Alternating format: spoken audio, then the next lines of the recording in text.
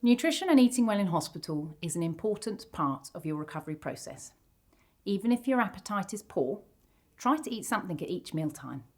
And if you don't feel like anything from the menu, we'll offer you an alternative. There's a choice of high-energy soups and milkshakes, cheese and biscuits and yoghurt.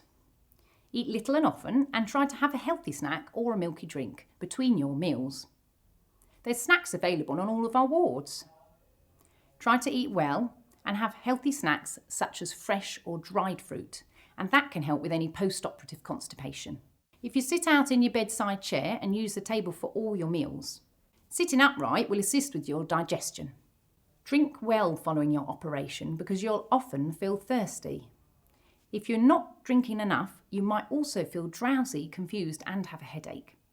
And not drinking can increase your risk of developing urinary tract infections, pressure ulcers, and can make you more likely to fall if you're unsteady on your feet. You might need more drinks in hospital than you usually have at home.